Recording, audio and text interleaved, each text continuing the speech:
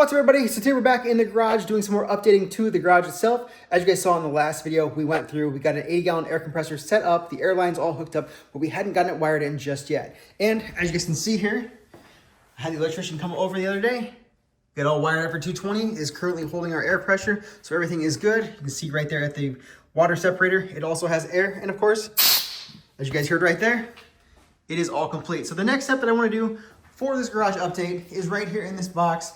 And as you can see there, it is a sandblasting cabinet. And like I said, with the Subaru being such a big project, I want to try to do as much stuff in-house as possible. And I want to go ahead and try to eliminate as much rust as possible too. So with this cabinet here, we should be able to do most of our suspension pieces, hopefully some wheels and stuff like that, get them all cleaned up. But yeah, this thing will come in handy. And of course, we need to have air power for that. So let's go ahead and jump into this, get this box opened up here, and take a look what's inside, and then go ahead and build it.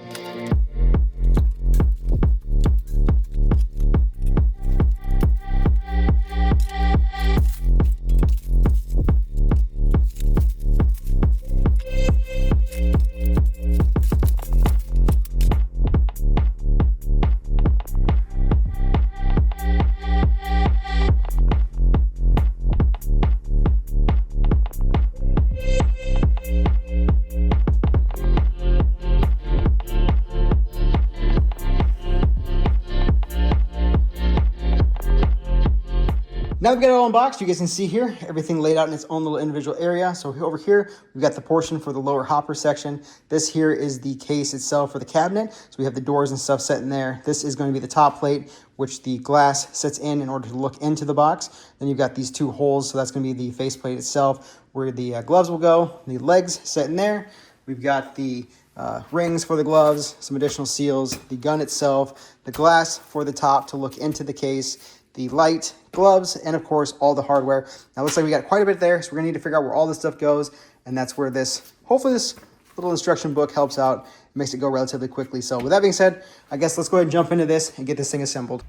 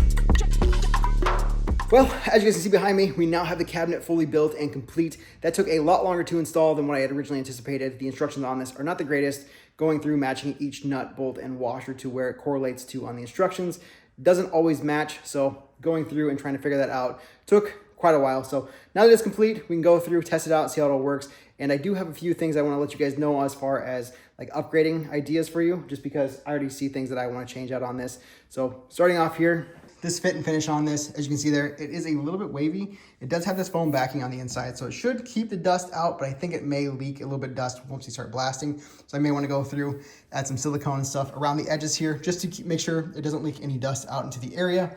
The second thing is, as far as this cover goes, it's got these little screws here that are holding it down, and there's a foam backing on there to keep the dust out. Then you've got the glass, the acrylic, and this plastic sheeting, which you guys can see there, to protect the glass on the inside. And in order to change out that film, you're gonna have to take all this apart. And getting these screws out is definitely a pain. You guys can see here, each one of those is a nut and washer. And getting these ones here in the front aren't bad, but when you're trying to reach through to the other side to access some, it's definitely a challenge. So I think once we go to replace that film, I'll probably drill out each one of these holes and add a rib nut and an actual bolt to secure it and lock it down in place, because I think that'll be a lot simpler of a design. I think we could do the same thing here with the cover too, getting that to secure in case we ever do decide to change this out. You guys can see there, my light and everything on the inside works relatively good. It's not the brightest, so if I do decide to upgrade that light there, we may go through and add this so it has rib nuts there. We can still operate the switch, just make it easy enough to swap out the cord and put in a different light. But yeah, overall, the light's not terrible, but it just doesn't look like it's gonna be the brightest thing in the world. We'll see once we actually start using it here. The other thing is, when you go through and build this, you'll need to get a fitting here. This one here is a 1/4 inch NPT fitting, which I ended up using from the Rapid Air kit when we did the air lines in the garage here. So it's just one of these, just threaded in there with some Teflon tape. So hopefully, I guess we'll test it out here in just a second. Hopefully that doesn't leak any air either. So like I said, we'll test it out, but overall looks to be a relatively good cabinet, especially for the price. And with this one, I got it on sale. So we'll have to test it out, see how it works, see how it operates. But overall, not too bad. Just a couple little issues that I see here so far. And I may see other things I may want to upgrade here in the future too. But yeah, you guys can see the gloves there. Have easy access to the gun and everything there, which we'll see how well this gun is too. I know I've read a few things online about these themselves, whether or not people upgrade them, but like I said, it'll all just be a test here. So I figure we'll go ahead, get this thing set up exactly where I want it to be. So I think we're gonna move this where those two engines are setting, that we have access to that air hose over there. And I'm gonna run a drop cord for my light on the inside there and get some media in there and test it out. Make sure we got no leaks as far as dust goes and as far as the air goes. So let's get this thing moved around. And there it is. We now have the cabinet in place where it's going to stay. I may, I guess, shuffle around here a little bit. We got to try to relocate that cord there just to make it so it's more cleaner and functional. And then I've got this hose here set up. Probably get a little bit shorter one because it's just a little distance there. But for now, we're just testing it out. So we'll go ahead, put some media inside of this. I did pick up some, what is this? The black aluminum oxide. Yeah, the 70 grit blast media here. So I grabbed a big old 50-pound bucket of this. So we'll put a little bit of that inside there, and I guess we'll see if we can blast here and just test it out, see how it works.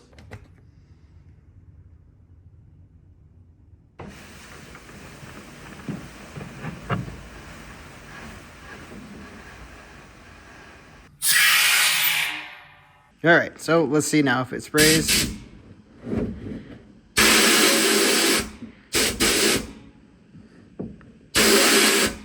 Well, if you guys can see there, it's not spraying anything. I don't know if the hoses, doesn't look like it's kinked. Maybe it is. I don't know.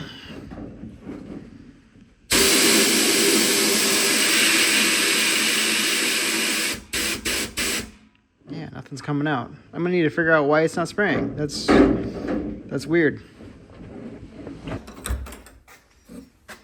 Yeah, as you can see there, it doesn't look like it's kinked or anything. You guys can see the media and stuff at the bottom there, but yeah, nothing's coming out. So I gotta see if I can figure this out. Also, we're definitely gonna need to seal this cabinet. We got leaks coming out, and I moved this bucket underneath there because I don't know if you guys can see it. but it's kind of peeing out right up there and dropping straight down. So we'll have to seal that in too.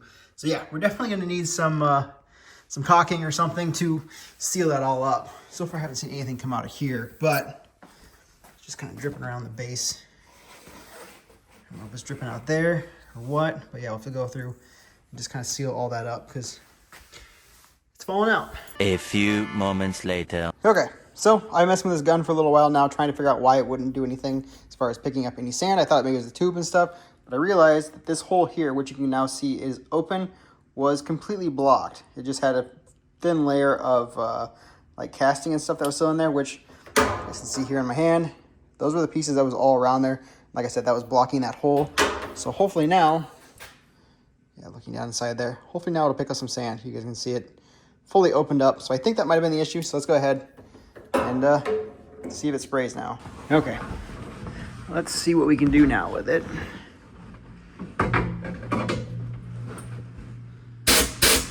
Hey.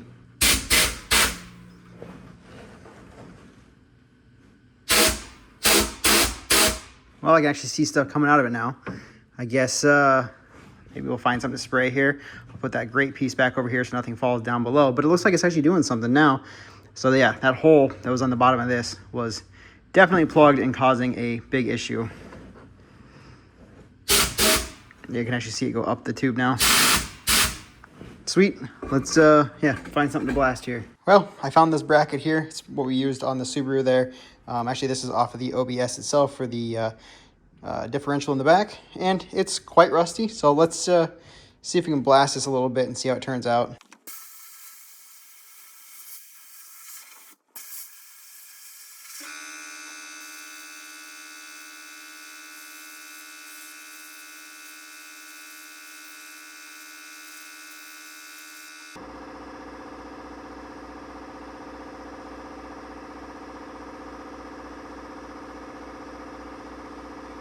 Okay, well, let's see how it did. Now we got that pickup tube working. And as you can see there, yeah, they did a great job. You can see kind of like our halfway point right there from what it was before, that rusty painted material, down to this bare metal that it is now. You can definitely see right there on that edge. That looks great. So yeah, this thing's gonna come in handy, especially when we've got a bunch of parts like what's down there to get cleaned up for the Subaru. I'll have to blast the backside just to kind of test it all out, but yeah. Overall, everything so far on this cabinet works great, especially now that we got that tube to actually suck up the media. This cabinet's going to need a few modifications like I mentioned, but overall, I'm liking it. As you guys just saw, we got the cabinet working and it works great. We got it all set up now, so everything is complete. We'll have to go through here and do some upgrades and modifications here to it in the future. One, I want to upgrade the lighting. You guys can see once it kind of gets a little foggy or cloudy inside there, it's not the easiest to see, so we need to get a different light set up on there. We need to also get a vacuum set up on this too, just to kind of suck all that dust out of there that we can still continue to see. We definitely need to go through and reseal up the cabinet. We'll have to get some, I don't know if we'll get some silicone, RTV caulking, whatever, and just seal up the entire unit to keep it from losing any of its media.